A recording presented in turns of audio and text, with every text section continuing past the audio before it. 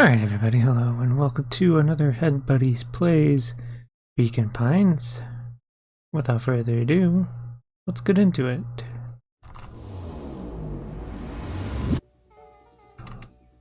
You sure we can make it home before the storm kicks off? Luca surveyed the roiling clouds. I'd say the odds are good. Maybe you should stay here and I'll make a break for it. At that moment, the heavens opened up, unleashing torrential rain. Care to recalculate those odds? Hurry inside, you two, before you catch a cold.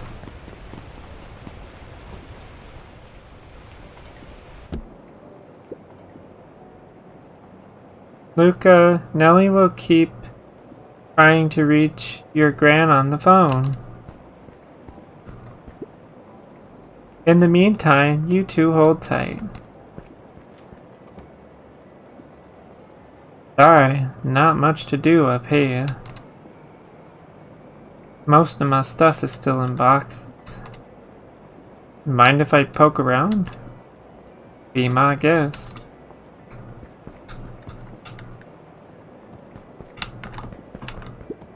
Luca squinted into the eye hole of the microscope. This looks wild. What is it? Gum? Gum? Luca adjusted the slide with his fingers to get a better look. I'm tracking the structural integrity of gum with increasing amounts of chewing. Chewed on that one for 47 days. Luca wiped his hand off on his sweater and gave a nervous laugh. It's weird, I know. Beck looked down, timidly tapping the ladder with her feet. You think it's weird, don't you? A little. But weird can be cool.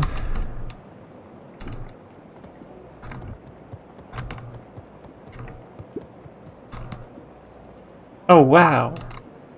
Rolo and I have a radio just like this one at the treehouse.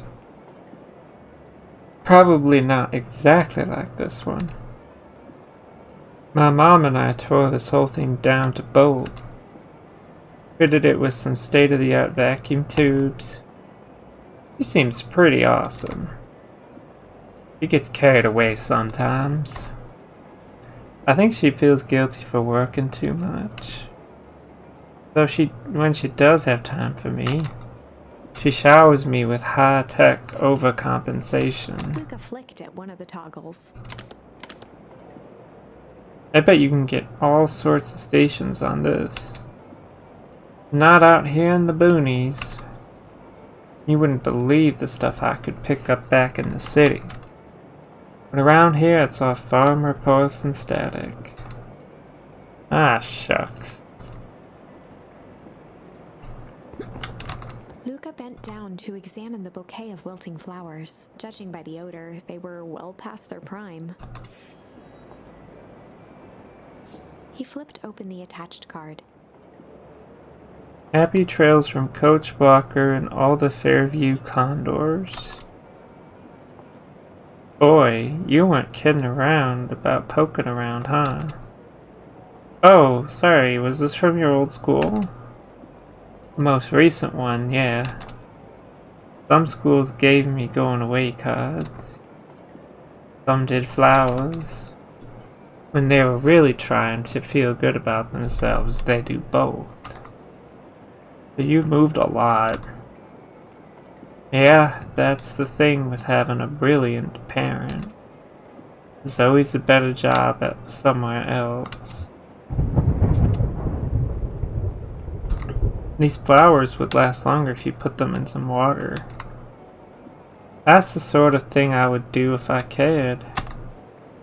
Well, you cared enough to keep them, is all. Luca, can I ask you something? Of course.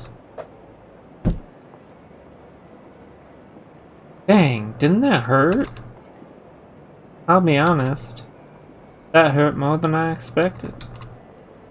At least you looked cool doing it.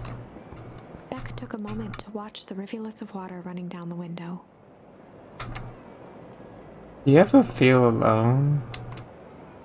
Like, even when people are around? Well, Rolo can be pretty absent-minded sometimes. I'm serious. Does it ever feel like your family doesn't care what you want? Didn't used to feel that way. I know Gran loves me, but sometimes when she looks at me, it's like she's looking at a problem. Luca took a deep breath. I know the feeling. How do you deal with that?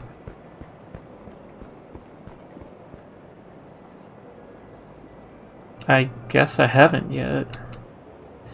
But one thing my dad told me when I was little, don't hold a grudge, especially against yourself. You try to hold it all in, you're gonna pop. So then, what did you do? When you don't know what to do? Dad never got to that part.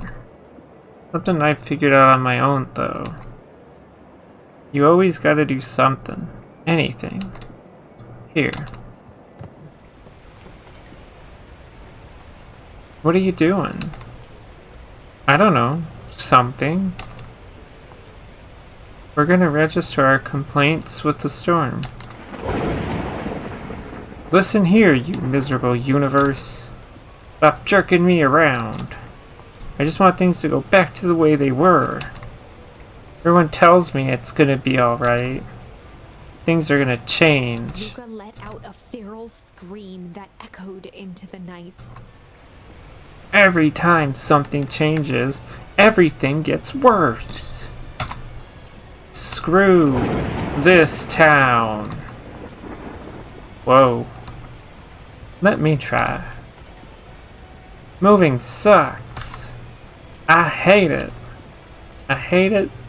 I hate that I hate it. Why can't I just deal with it and be happy for my mom?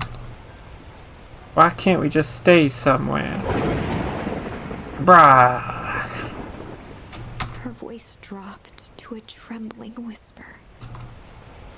I just want to be a normal kid. Beck brushed off her shirt and straightened up.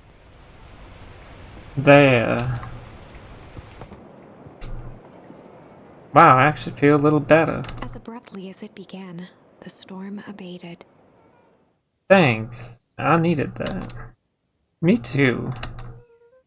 I should head out before the rain starts up again. Sure, I'll walk you out. See you around, Rolo. Or see you and Rolo at the festival? Sounds good. Luca, don't let the universe jerk you around. Beck gave Luca a light thump on the arm before heading in.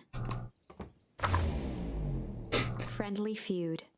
The air was heavy with the hard rain's residue, the smell of wet things. Despite his dreary surroundings, Luca felt at peace. He'd never shared those details about his dad with anyone, not even. But it's not like this changed anything. Rolo was still his best friend. Adding Beck to the group would help balance things out. Everything's better in threes. This is what Luca told himself as he headed to the treehouse.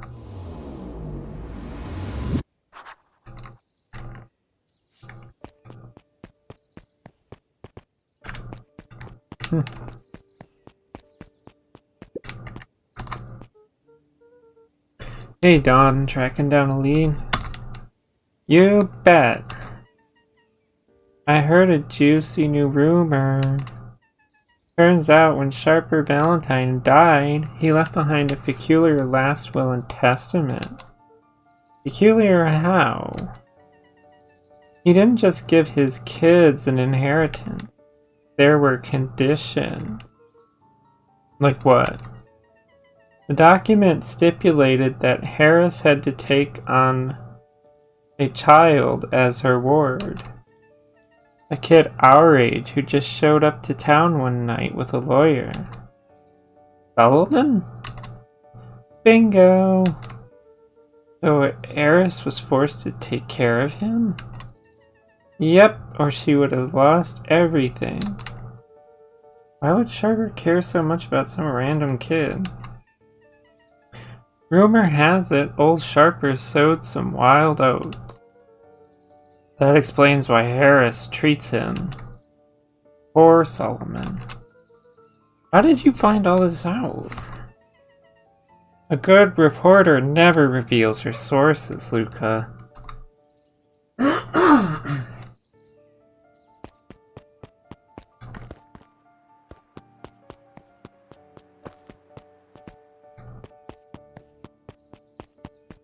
Back to the treehouse.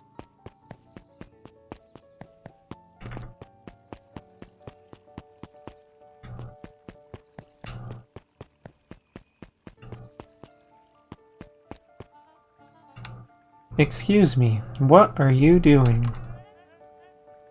Just locking up for the night, sir. Oh, wonderful. I can only assume this means all festival preparations have been completed ahead of schedule. Not exactly, sir. The storm set us back a bit, and it's getting late, so we all decided to... You all decided? Yes, sir. I was unaware that your job involved deciding things. We are all here at Perennial Harvest because we believe in creating a better future, yes?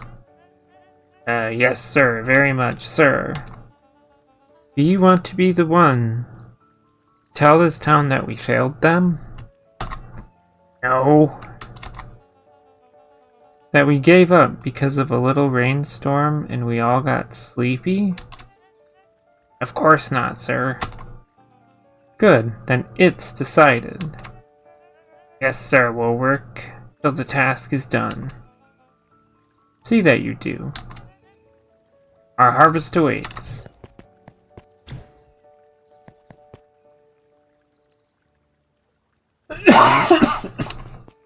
That was weird.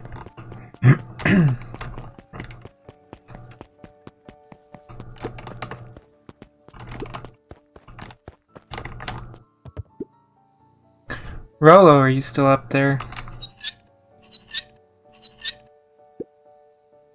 I'm sorry.